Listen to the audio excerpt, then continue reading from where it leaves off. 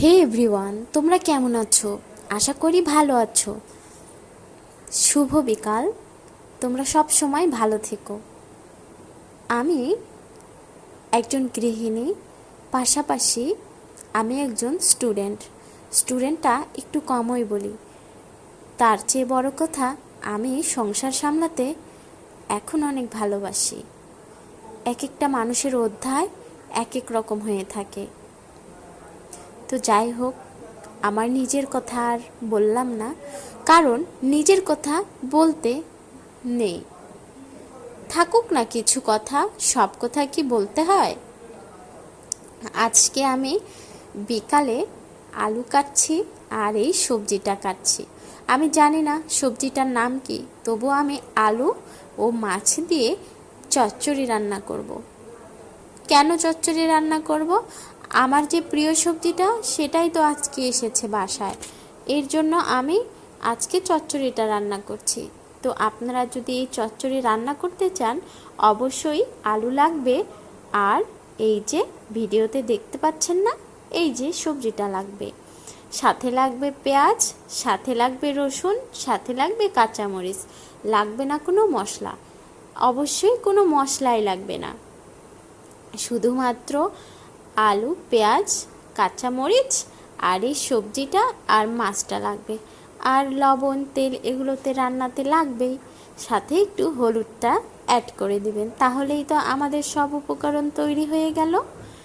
আমি ভাগ ভাগ করে দেখাতে পারলাম না, কারণ আমি বাচ্চা নিয়ে অনেকটা ব্যস্ত থাকি বলেই তো আমি সঠিকভাবে আজকে আপনাদেরকে মশলাগুলো, পেঁয়াজগুলোকেও কাটা দেখাতে পারলাম না। তবুও আমি আজকে চচ্চড়ি রান্নার জন্য যেই দুটা মেইন উপকরণ সেটা দেখিয়ে দিলাম। আপনারা নিজেদের মতো করে অবশ্যই কেটে নেবেন।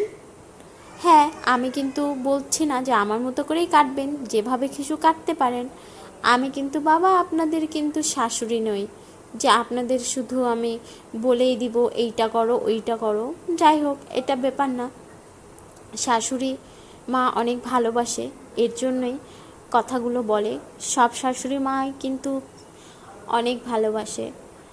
আগে, বিয়ের আগে মা শুকনো মরিচ দিয়ে তরকারিটা করতো, কারণ বাবা ভালোবাসতো।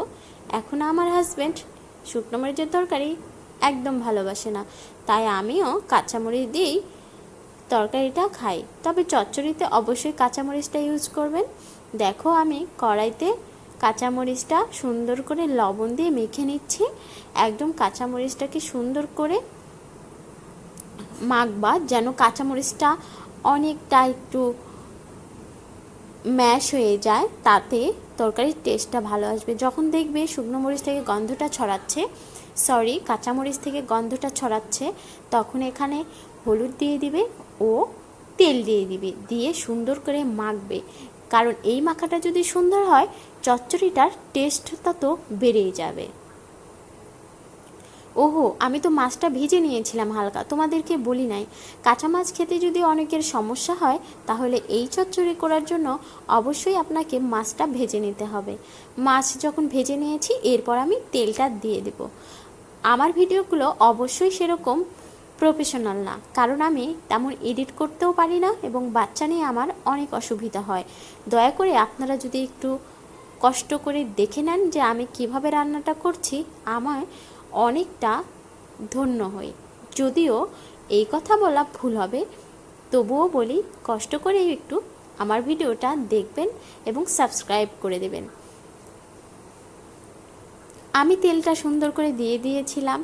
এরপর আমি মেন সবজিগুলোকে আগে থেকেই ধুয়ে কেটে সুন্দর করে রেখেছিলাম, এখন জাস্ট নিয়ে মেখেছি। এই মাখা যত সুন্দর হবে, আপনার সবজির টেস্টটাও দারুণ হবে। তবে বলুন তো, আমার মনে হয় কি, হাতে রান্না, হাতে মাখানো এই জিনিসগুলোর স্বাদই আলাদা। যেমন আম মাখানো, জাম মাখানো আমার তো অনেক ভালো লাগে। যাই হোক, আমার বাসায় অনেক আম আছে আর জামও আছে। আমি আপনাদেরকে আম মাখানো ও জাম মাখানোর ভিডিওটাও দিব। আমি তেমন পারি না, আমার আসলে অভিজ্ঞতাও তেমন নেই। আমি এই তো 2 বছর ধরে রান্না করছি, কারণ আমি আগে রান্না করতাম না, আমার শাশুড়ি মাই রান্না করতো বেশি, এখন আমি রান্নাটা একটু বেশিই করি। তারপরে বাচ্চা হয়েছে, বাচ্চার রান্নাবান্না করতে করতে একটা অভিজ্ঞতা সত্যি চলে আসে। একটা সময় দেখব আমি এতটাই রান্না পারি যে বলার বাহিরে। আমি কিন্তু একজন প্রফেশনাল রান্নার মানুষ নই, এর জন্য আমি রান্না করছি এটা অবশ্যই ভালো জন্যই রান্না করতে বলছি আপনাদের। আমি আসলে কোনো ফেক নিউজ কখনোই দেই না, এটা আসলে আমার ব্যক্তিত্ব বাধে। আমি যেটা করব নিজের মতো করে, আপনারা যেটা করার দরকার সেইভাবে রান্নাটা করবেন। তবে এই রান্নাটা যদি এইভাবে করেন অসাধারণ টেস্ট লাগবে, এটাই বলে রাখি।